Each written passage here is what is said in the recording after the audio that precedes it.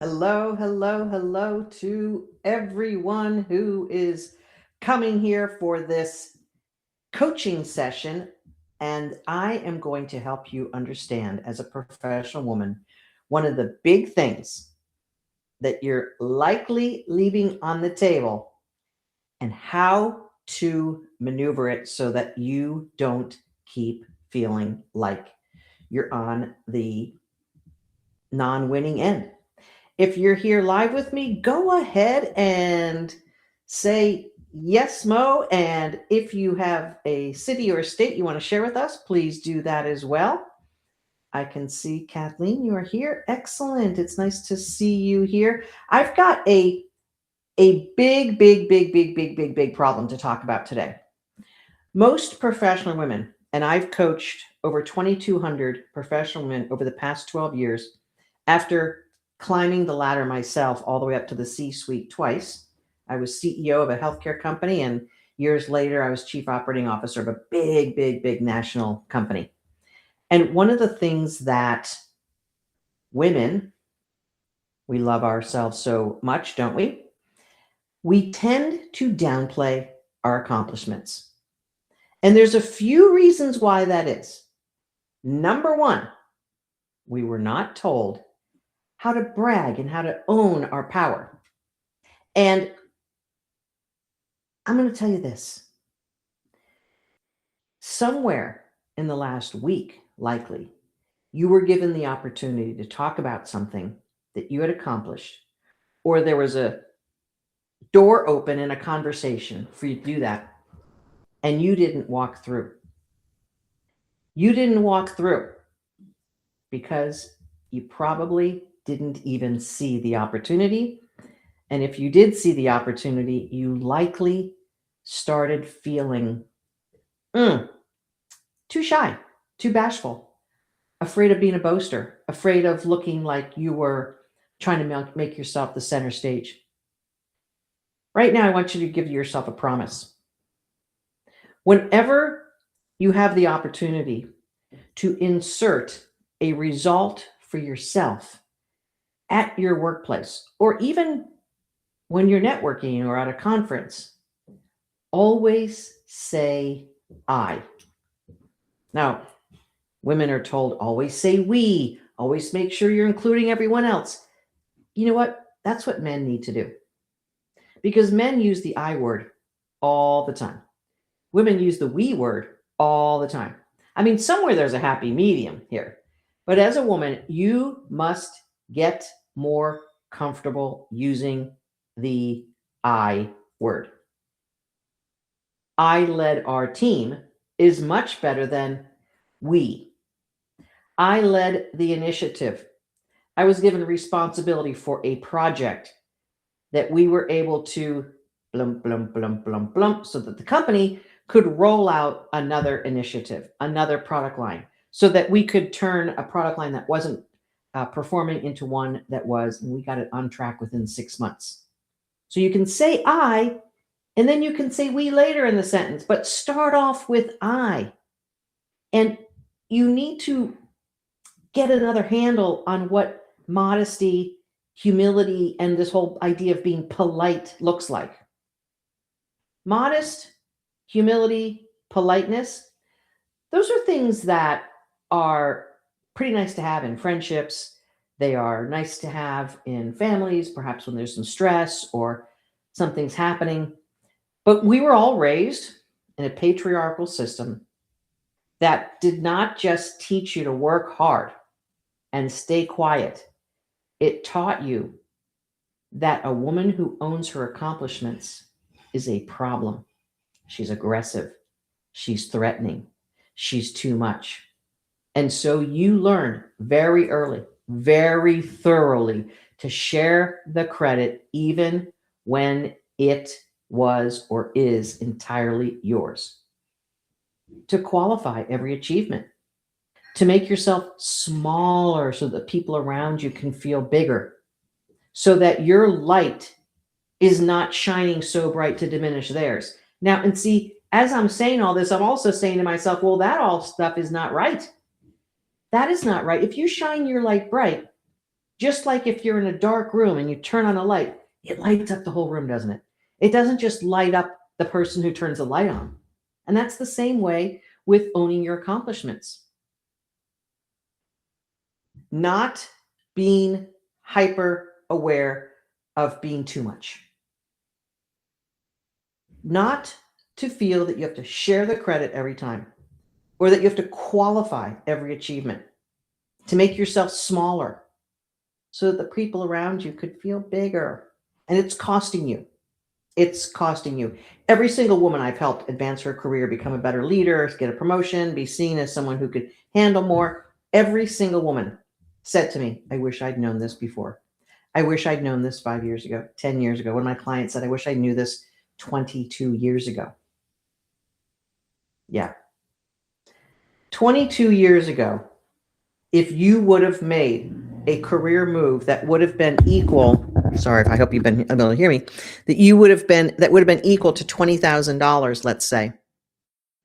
And without even using interest or cost of living increases, if you just say 20 years, $20,000, that's $400,000 by being more certain, more comfortable talking about your accomplishments. That's what's at risk here.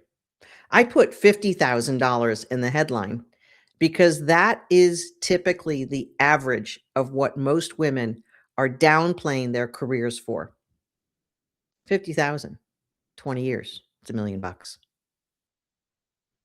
Most of the studies that have been done on women and women's careers that have come out in the last year and a half have shown that women are losing between $600,000 and almost $2 million over their career by downplaying, by not taking some aggression with promotions and, sort of not believing in themselves. Basically, if we could just put this in a bottom line, it is not believing in yourself.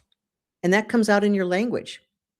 And over the 12 years that I've worked with my clients, when we sit down together and I ask them to tell me what they have actually accomplished, what I hear first is a version of what you probably just said in that meeting: hedged, softened, more collective, more safe. When I push them to tell me what they did specifically, not the team, not the organization, not the circumstances, something shifts in the room. They get uncomfortable. Some of them get emotional because they're finally realizing who they truly are. They're finally seeing their light because they have not given themselves permission to say it out loud in so long that it feels like inappropriate bragging. It feels wrong. It feels like too much. It's not too much. It's the truth. And the truth is what you are being underpaid to hide. I mean, if we just look at this as you are hiding, they are underpaying you, and you're literally writing your company a check for somewhere between $20,000 and $50,000 a year. So I want that number to stick with you. I want that number to stay with you the next time you have the opportunity to talk about yourself. But because most of the women I work with are, like I said, at a minimum between $20,000 and $50,000 underpaid. Some we've worked with have been nearly $100,000 underpaid. And here's the other kicker. Even if you're not underpaid for the role you're in right now, you're likely playing too low, and that next level could be bigger than you could ever imagine. But you see, you likely don't understand or don't know what the economics look like. I had a new client reach out to me recently, and she's a well-paid marketing executive. And when I was talking with her and understanding what she does, she's literally probably going to double her salary once we get through with getting her where she needs to be and getting her to see herself that way. And she said that one of her good friends who used to be a human resources executive said to her, most women don't apply for jobs that they're not 100% qualified for. And most men apply for jobs that they're like 40%, maybe a third. And they're like, oh, I could do that. Is that you? Not because you lack skill, not because you lack experience, not because you're not delivering extraordinary results, because you have been apologizing for your value for so long that you no longer know what your value actually is. And when you walk into a salary negotiation or a performance review or a promotion conversation, you're negotiating from a diminished place. Another client recently came to me and said, "Mo, I've been tapped on the shoulder for a promotion. We went through exactly how to talk about it, the questions to ask, in what order, and then to lay the salary expectation on the table." Well, she got back to me and she said, they weren't expecting that at all. This was a lateral move. Now, it wasn't really a lateral move because the pay grade was higher in the new job. So, what also happens, please hear me on this. Please let me know that you're here hearing this because it's so important. Hello, Leanne, you have your own story on this. What is so important to understand is that the organizational culture is likely also buying into this underplaying. So, this particular client says to me, when I said the whole thing, the meeting did not go as planned. They saw this as an opportunity for me to be more visible and a complete lateral move and no extra money. And that was not what they were thinking. Well, ha, ha, ha. The organization also is buying into the myth that women should downplay and women should be grateful for a little bit more opportunity to be invisible. So, what you must do right now, today, is to understand your place and your value in the corporate world. Not from, I think I might deserve a little more. Instead, here's exactly what I have delivered, and here is what it's worth. And if you don't know what it's worth, now we have AI. Now, if you're a client of mine on my Mobi, we would go to Mobi. You can go to any AI and you can say, I'm a director of marketing in food industry. Company is $100 million company. What should I be making? Now, if you use a normal AI tool, it's going to pull from all sorts of places. You're not quite sure exactly if it's going to be correct. And if you live in Indiana versus Houston, Texas, there might be some variations. But it's going to be a number that is somewhat true for somewhere, somehow. And then start asking a few more questions. And here's the real truth. Once you get that number and you begin to see maybe there's a gap, maybe there's not a gap. Maybe you're so overpaid that you're like, ooh, I hope they don't find out. Likely not. I want you to also think about, where are you apologizing in your words? Where are you feeling the apology in your body? It's in the way you pause or maybe shrink before you answer, the way you look around the room to see if anyone's going to push back, the way you add, but I still have a lot to learn at the end of every accomplishment, or making a polite, can I please speak before you speak up. You are paying a tax for being way too nice, over socialized, and afraid of your power.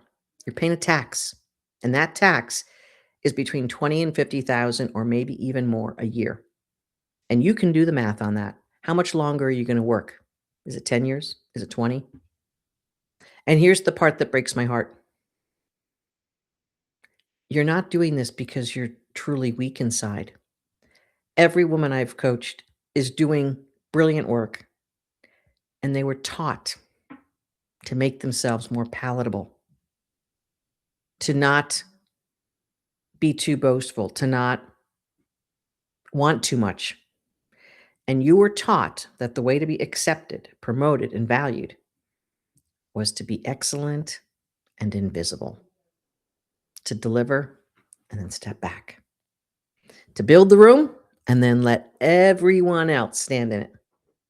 That ends here. I'm going to give you a few prompts to do and a few things to think about, because if you are sorry every time you speak, if you feel fear every time you show up for yourself, you got to change that. You got to make the shift. Do you ask for permission when you ask to speak or take action? Where do you get that inner confidence to feel safe to exert yourself? And if you don't know that answer, we're going to work on that today, right now, because you must have your own internal power to speak, to take action, to ask for what you want and need, whether that be money or resources or more time on a project. If you don't feel awesome about yourself inside, if you have a decades long habit of downplaying, this is going to be a rough thing for you to up level to. But I'm here to say, you got to learn it. Please learn it. So let's go through what the action steps are for you to increase this value statement for you. And by the way, share this with another professional woman who has this problem. Listen to other women speak and say, hey, you know what? I'm following this coach. She's got some great stuff. We women have to stop apologizing for ourselves. Be aware of your own speech patterns, because you may have a subconscious pattern of excusing or downplaying.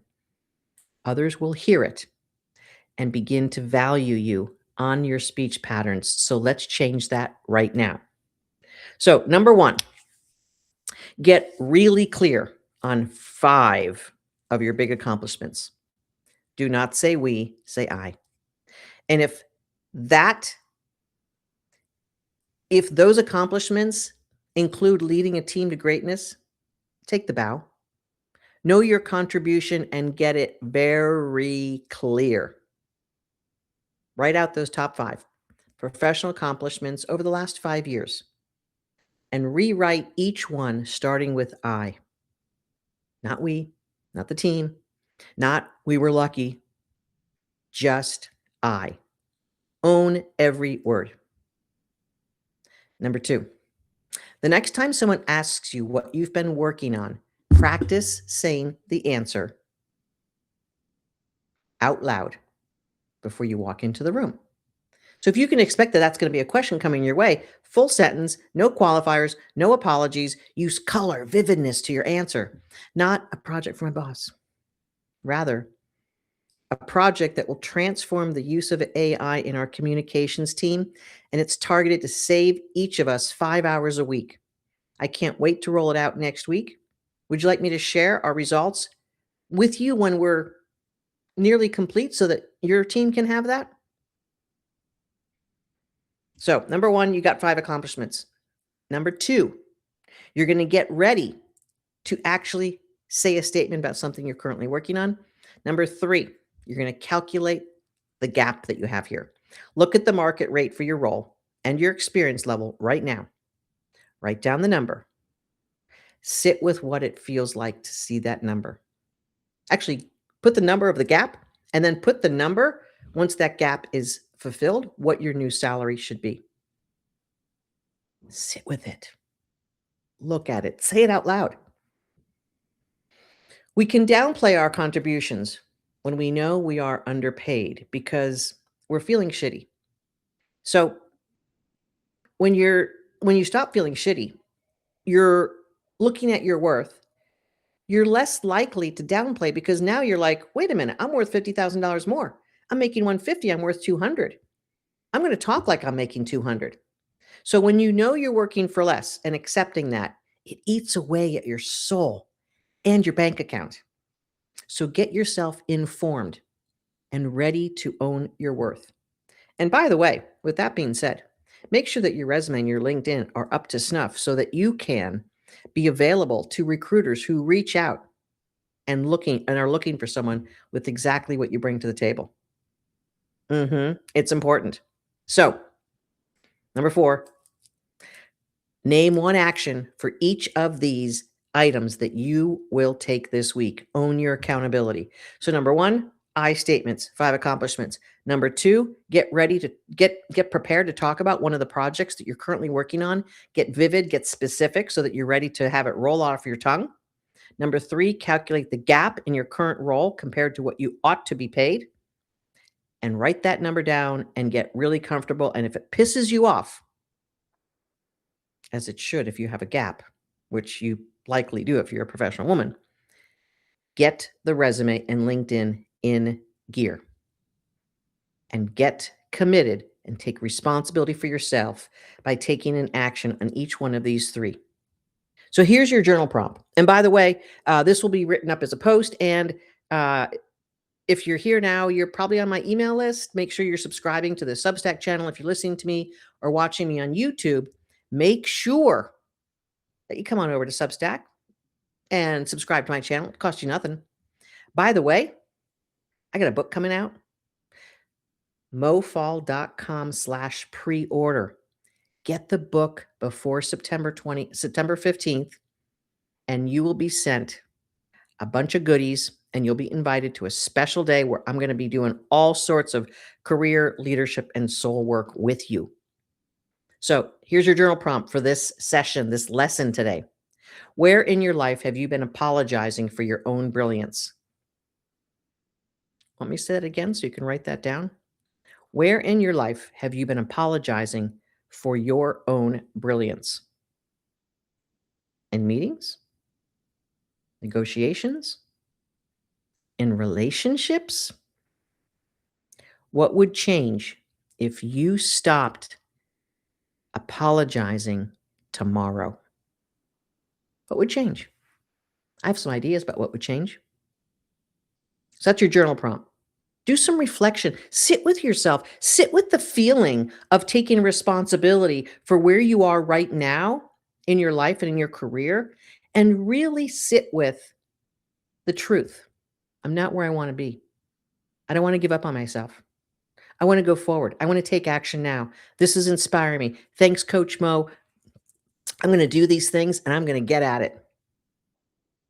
There you go. Here's your affirmation. Ready? Write this down. I'm going to say it a couple of times. Write it down. Handwritten.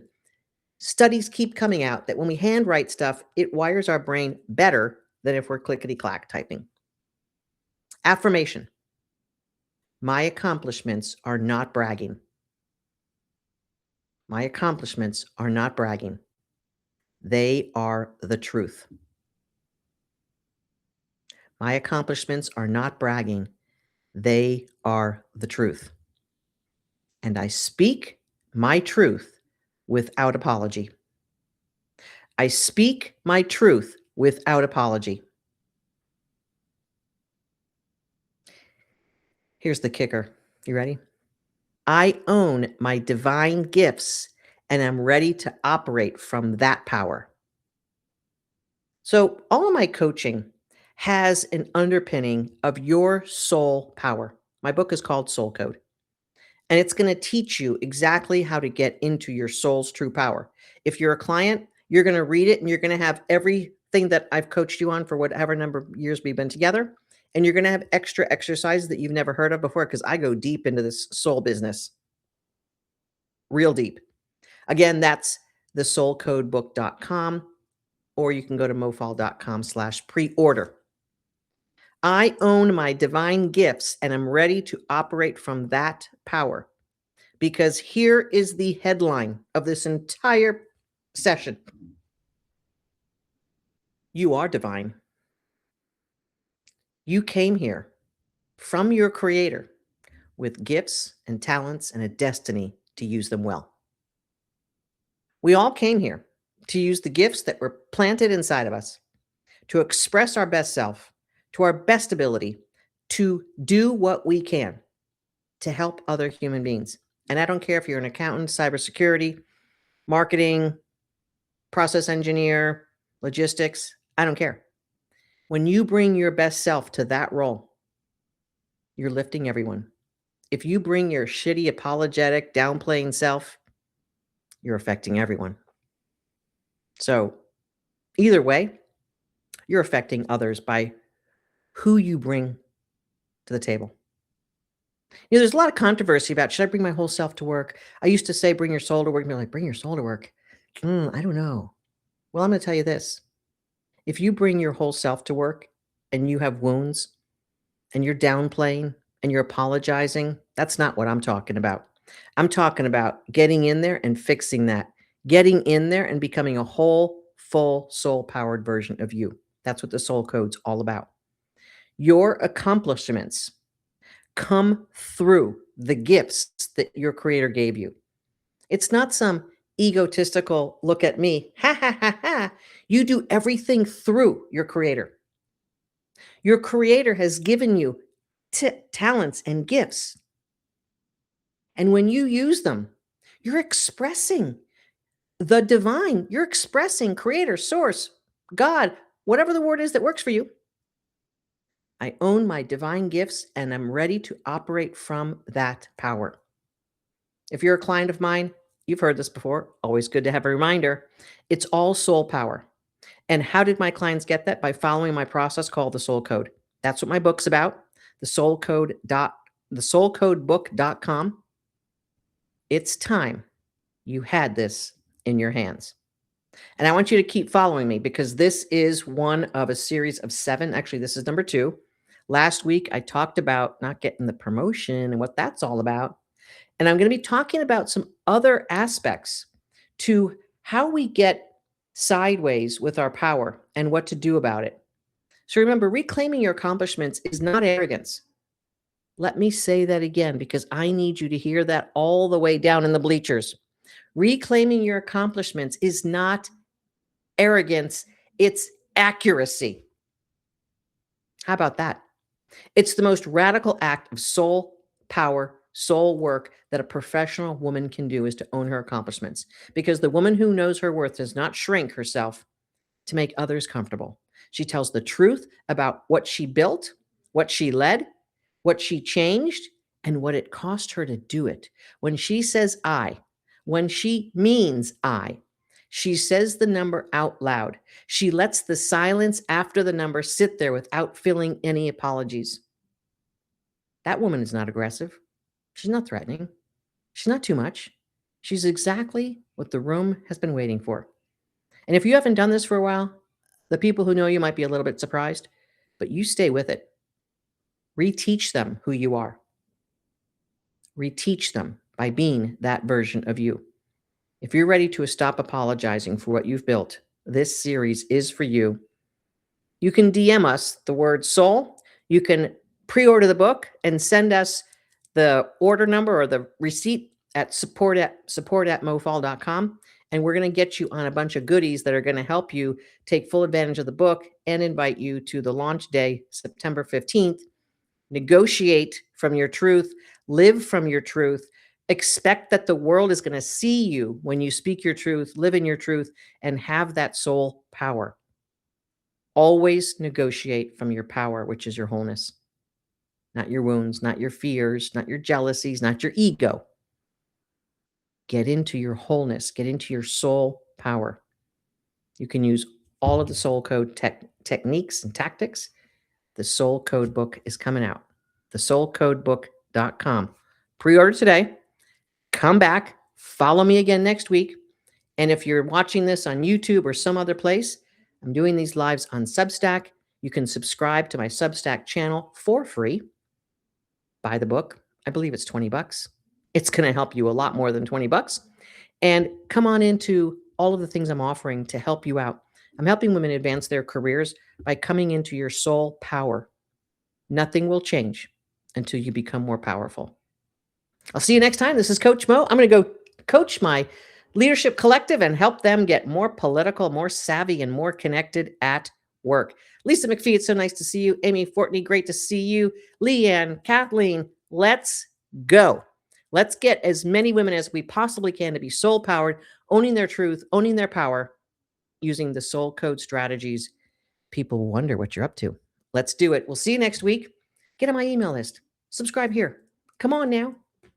Oh, Kathleen, hope you're feeling better, or hope someone who you care about is feeling better. See you next time.